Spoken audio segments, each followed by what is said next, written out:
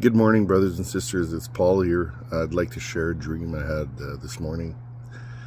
Kind of disturbing dream, but it was definitely an answer to the prayer that I asked God last night. So last night I asked God, I said, what is it that I need to tell people? Like how am I supposed to tell people that don't want to listen to God or don't want to talk about God, their state of affairs? So I kind of asked him in more than one way. I said,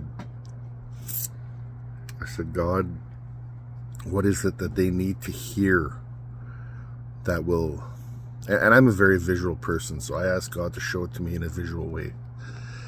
So the beginning of the dream showed a backyard. For those of you who are new to my channel, you may not have heard this before, but I grew up beside a cemetery where I grew up.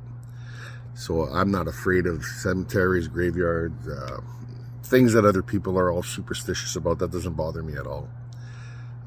In fact, I had family right over the fence of our yard, so none of that stuff bothered me. But in my dream, the back of my yard, facing, like attached to and separated by a fence, was very full. Looked like things were buried.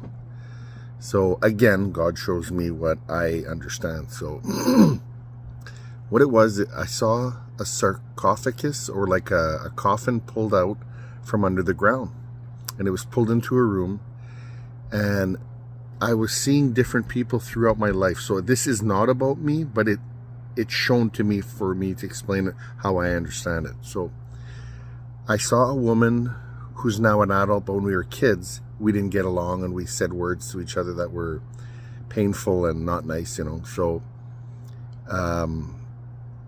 when you say thou shalt not murder, when you hate somebody, it's like you're killing them. Okay, so me and her in the dream worked it out. We kind of said, I'm sorry, and then it went away. And then we were back in my yard, and then I started noticing that my yard was going lower and lower. So each thing that I hated and that I had murdered in my heart in this dream, or the way I was being shown, I had them buried in my yard.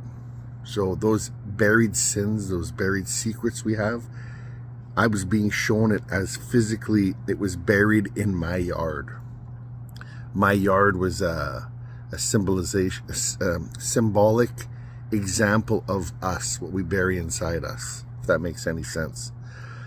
I'll do my best to find pictures to put to this, so sometimes, for me anyway, something visual, it lasts longer in my memory. So I think God showed me 4 examples of 4 different people I had words with in my life, and then the dream ended.